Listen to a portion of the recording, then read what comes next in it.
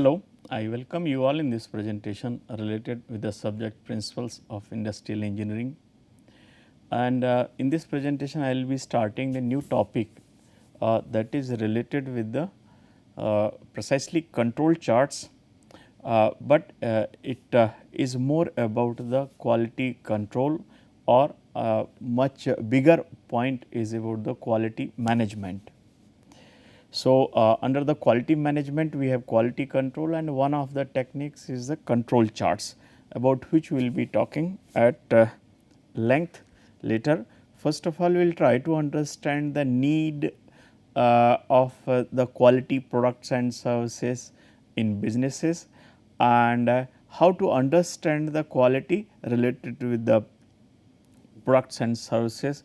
What are the things that constitute to the quality when we say that the quality of product or service is good or it is bad, and if at all we need the quality products and services, then how to realize that, what are the approaches which have been used to come up with the quality products and processes and services. So, means we will be talking about the evolution of the quality and approaches for controlling the quality.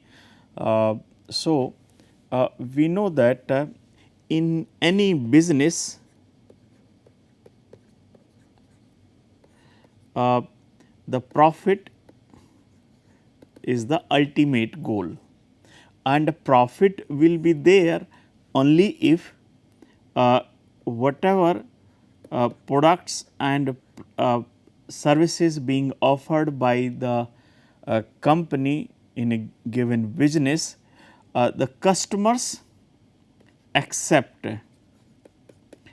by those products and services being provided by the company.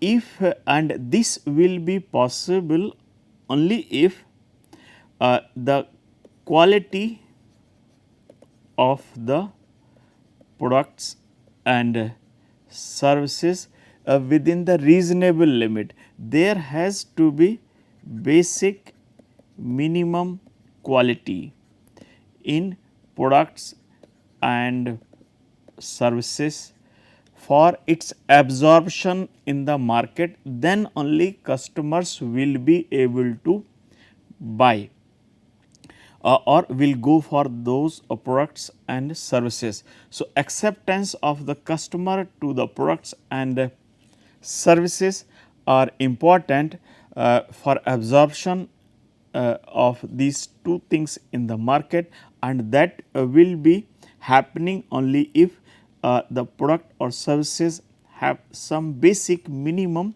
quality.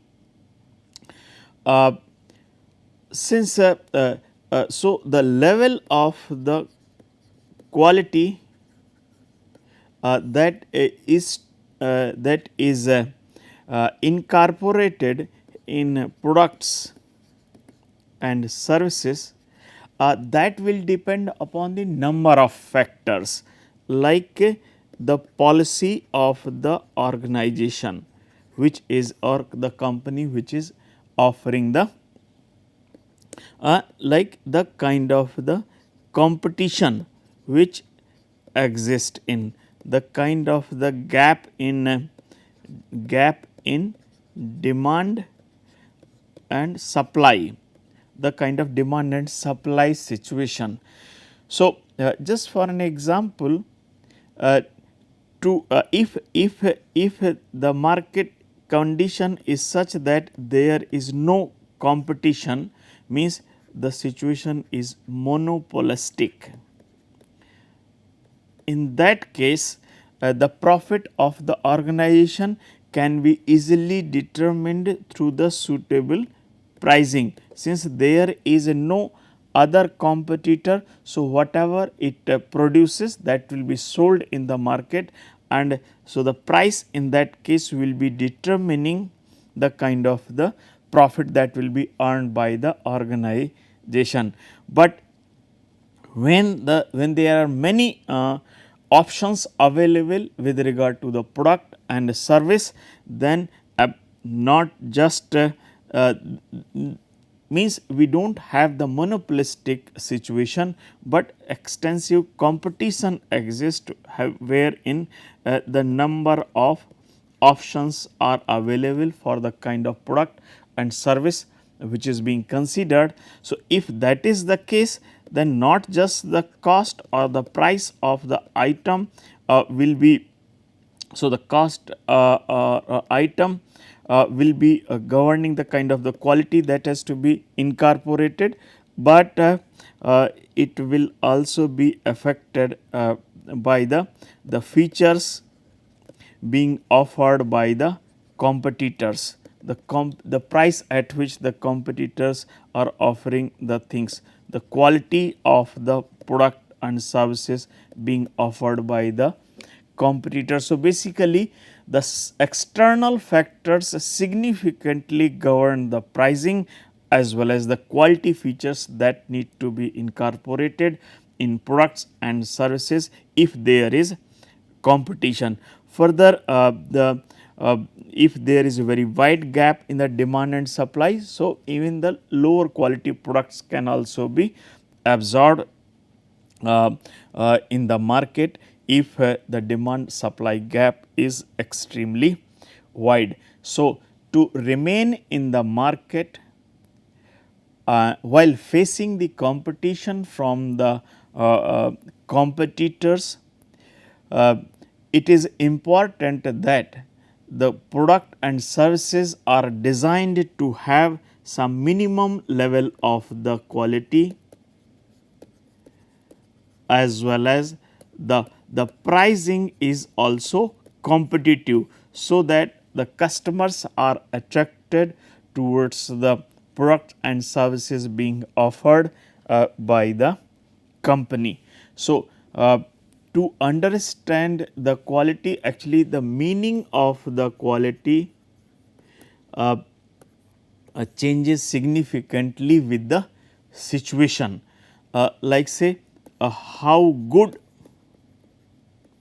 a product or service is, that determines the quality. But this is a very general thing, and who will be determining this? Of course, the customer who is user and paying the things. So, he is paying the price for. So, for a given price of a product and the service, if the customer is happy, then the product or service will be considered, the quality of product and service will be considered good, otherwise it will be bad. So, if we see the various aspects, like the way by which the quality is defined, like the quality is defined in different ways. How good a product or service is with respect to the expectation of the customer. Means if the customer is expecting less for a given price, then he will become happier even with the moderate quality of product and service. But if he is paying heavily for a given product and service, then his expectations from the product and services will also be high, and therefore, the quality must be high. So, expectations are based on the use and the price. If he is paying heavy price, then his expectation will also be high. For example, if the customer is buying the carbon steel washer, then he will expect the moderate performance as compared to the stainless steel or the chromium steel washers.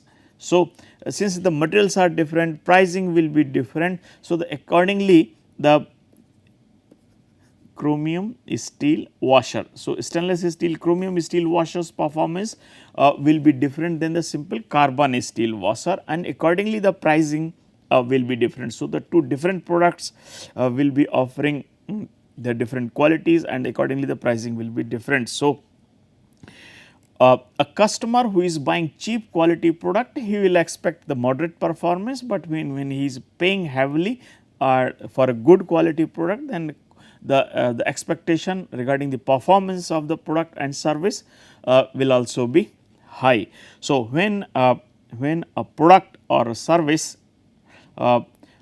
exceeds the expectation of the customers, then he considers it as a quality product. So, when a product or service exceeds the expectation of the customer, means whatever he is paying for a given product and service, and he is getting much better performance, he is getting delighted with the products and services which are being offered to him for a given price, then he will consider that as a quality. So, if the product and services exceeds the expectation of customers, then he considers that as a quality product. So, thus the quality is based on the perception, and perception means there is no absolute way to measure the quality, and it although there are different parameters which can be used to see the how good product or service is. So, those will be termed as the dimensions of the quality or the quality characteristics. So, if you want to quantify, then there is a very general term like the kind of the performance of product or service is offering with respect to the expectation of the customer for that from that product and service. So, if the performance of the product and service are higher than the expectation, then this ratio becomes greater than 1, and in that case, so if the ratio, so if like the quantification of the quality, if you want to do, then the ratio of performance and expectation both are actually based on the perception only. So, if the performance of product and service is better than expectation, then the ratio will be greater than 1, and then it in that case the customer will be satisfied, customer will be satisfied, and he will consider that product or service as a quality product. So, when the Q, that the ratio of the performance and expectation is greater than 1, then he feels good about the product and service, and he will be going next time also for the same quality same product again if the quality of the product is good, means if this ratio is greater than 1. So, the factors which are determining the performance, that depends upon the organization. For example, there can be a mobile phone of the different companies. So, the people have the perception of even for the same specification, one company may be offering like company A and company B. So, the two companies offering the mobile phone of the similar specification, but the people perceive that the mobile phone of company A are much better than the company B, and that perception is based on the way by which a particular organization creates its image in the public. So, the performance is primarily determined by the organization, and expectation is of the customer. So, when the organization is doing extremely good to produce the product, good quality products and services, then the performance will be high, and for a given price, if the customers are getting also good quality products, then their expectations will be met, and in that case the quality will be greater than 1. So, as I have said, there are different characteristics or the different dimensions of the quality, and those dimensions will be determining the way by which the quality can be seen if you want to check the quality of the product or of service. So, a product or service can be good since there are a number of dimensions of the quality. So, the product or service can be good in one or few dimensions, while it may be poor with regard to others. So, rarely we will find that the product is good in all the dimensions. So, what are these dimensions or independent parameters of the quality with regard to which we try to see the quality of a product or service. The first is like the performance. When a product is delivered to the customer, how good it performs during the use. The second is about the feature. So, this is basically the primary purpose. Whatever is expected from the product, that function it should perform in any case. The features are like the secondary functions or the secondary features. The features are about the like additional features which are being given in a product. For example, in a car there can be AC, there can be uh, uh, automatic transmission system, there can be music system. So, those are the features only. The primarily the engine should work and it should give good mileage for the fuel. So, the performance is for the main feature or primary function, and features are about the secondary functions which will increase the comfort and increase the functionality of the product. Then there is the conformance. Conformance is about that how good uh, a product or service is close to the specification or the quality which has been committed. So, with respect to the specifications or standard, how good and how close a product is. The next is the reliability. How long a product will perform consistently without a break. So, that is about the reliability. Durability means including the repairs, how long a product can be used during the service. So, it includes including repair. This is non-stop or uninterrupted performance. So, the how long or the period for which a product delivers the uninterrupted performance, that indicates the reliability. And like say what kind of the service, after sales service will be available. So, service after the sale for regular maintenance that is available. Then the response, like whenever there is a problem, how the company responds to the grievances or issues related with the product or service. Then there is aesthetics. It is all about the looks and the appearance, how good a model or product or how good presentation of a service is. Then there is a reputation.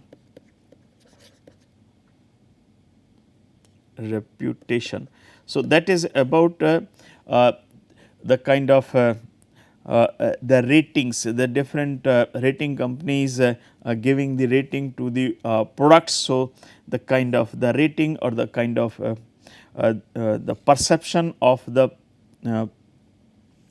users feedbacks, reviews regarding the product and the services of a particular product or service. So, here these are the 9 different dimensions, as I have said related to the quality. So, quality of product or service can be assessed using these 9 independent parameters. 1, 2, 3, 4, 5, 6, 7, 8, 9. A product or service may be good in one or few parameters, while it may perform very badly on other parameters. So, efforts are made to improve the quality of products on all 9 dimensions. So, that was about the dimensions of the quality and how it is used, like say the marketing people, marketing management for a product or service. They will consider all these parameters, all 9 parameters are considered since it is not good idea to work on all components in one go and to come up with very good quality products. So, and all parameters may not be equally important. So, depending upon the type of product and the type of service, the management will be looking into all these 9 parameters, then they will identify the relative importance of these parameters, whether reliability is important, whether performance is important, or the features are important. So, which factor is important, and there can be continuous change in the relative importance of these parameters. So, the management will be working on the relative importance of these 9 parameters, and based on that, so it will prioritize basically these parameters. Say if the performance and the service are coming at the top for as desired by the customers, then the management will have to look into these two, performance and the service related aspects, more seriously than the other parameters, so that the product and service can be improved accordingly for increased sellability and increased absorption of the product and the service in the market. So, that is the purpose of doing the study of the 9 dimensions, like the management determines the relative importance, and then these are translated into the requirement for developing either new product or service or improving the existing one. So, based on the relative importance, we will find out really what can be done for improving the existing one or to come up with the newer products. So, as I said, the 9 dimensions, these are the 9 dimensions. Performance is related to the primary function, the features are about the secondary characteristics, conformance is about the meeting specification, reliability is about the consistency in performance, non-stop performance, uninterrupted performance, and durability is about the useful life including repairs, service about the ease of repair and how effectively the issues related to the product and service are addressed. Response is about the human to human interface, the courtesy of dealer. Aesthetic characteristics is about the sensory characteristics, how good a product looks, and then reputation is about the past performance or the market rating related with the product and the reviews of the customers. So, there are the different definitions which have been given to for better understanding of the quality. So, the one is like quality is defined as the conformance to the specification. There different people have given the different definitions. So, one definition is like quality is the conformance to the specification. A product which conforms to the specification will be considered as a quality product. And the another definition says that a product which is a product or service which is fit for use can also be considered as a quality. So, the degree to which a product or service is fit for use, that is also considered as a quality. And the next is the customer satisfaction. When a product or service that is able to satisfy the customer requirements, then also it is termed as a quality product and service. And the another one, it is not just the customer satisfaction, but delighting the customer, coming up with the product and services which will make the customers happier, exceed their expectations, so that the customers are delighted, that also is termed as a quality. So, the quality is about the conformance to the specification, how degree to which it is fit for use, the making the customers happy and satisfied, and coming up with the products and services which can delight the customers by exceeding their expectations. So, those were the definitions related with the quality. Now, we will see like what are the various approaches which have been developed so far for maintaining the quality.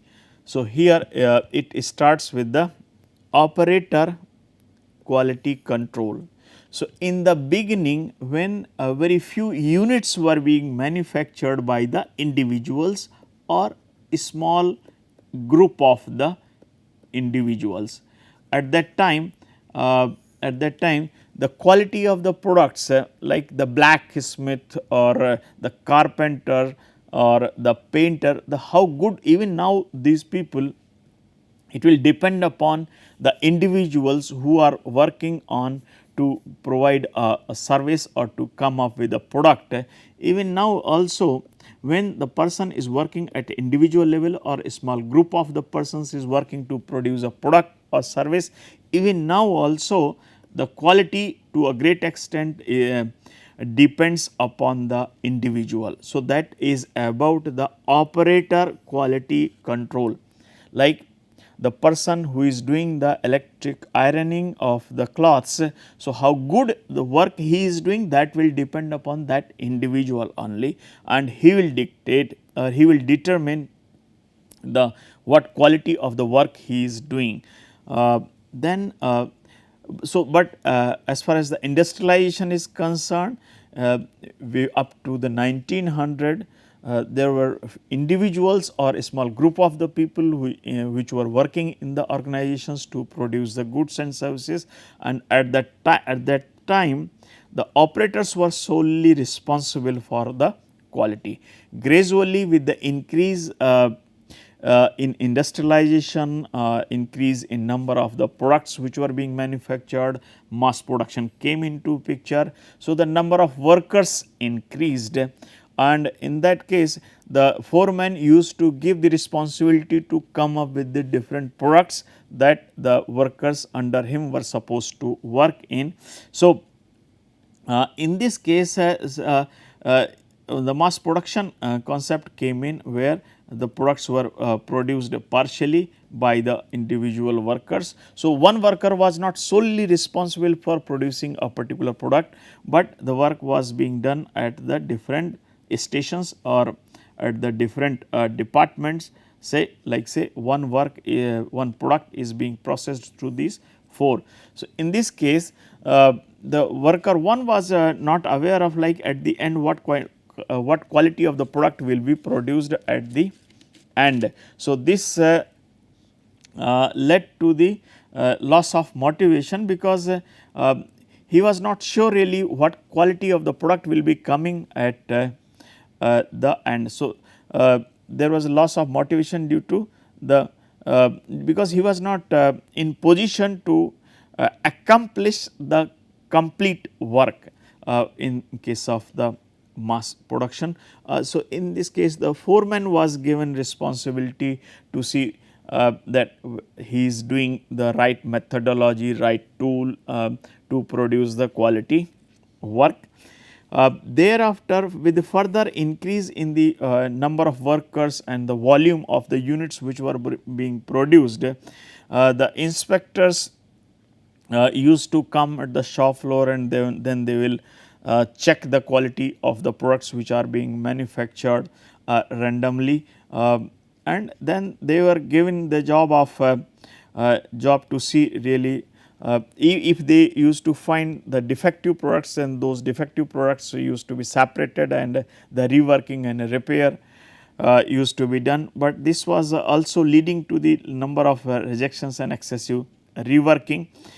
Thereafter around 1942 only the SQC is statistical quality control approach was developed by Shewhart in US, and these two professors Deming and Juran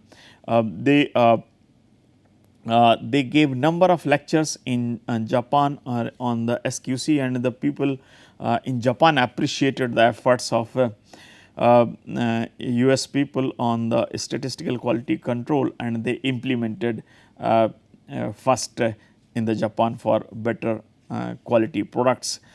Later on the quality circles concept came in Japan, which is more about the participative style of the management, where people at the different level the groups or the circles of the different people were made to look into the problems being faced by them, so that they can find the solution and come up with the kind of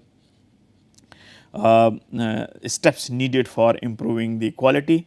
Then the total quality control organization was a concept brought in, where all the people were made responsible to produce the quality products and services. Thereafter, statistical process control, total quality management and design of experiments came in late 80s, and then ISO 9000, and then ISO 14000 came in. These are about the quality assurance, and the ISO 14000 is for environment management system. Now, I will summarize this presentation. In this presentation, I have talked about the need of having the good quality products and services, what are the different dimensions of the quality, and what approaches have been tried, and how the evolution of the quality control methodologies have taken place. Thank you for your attention.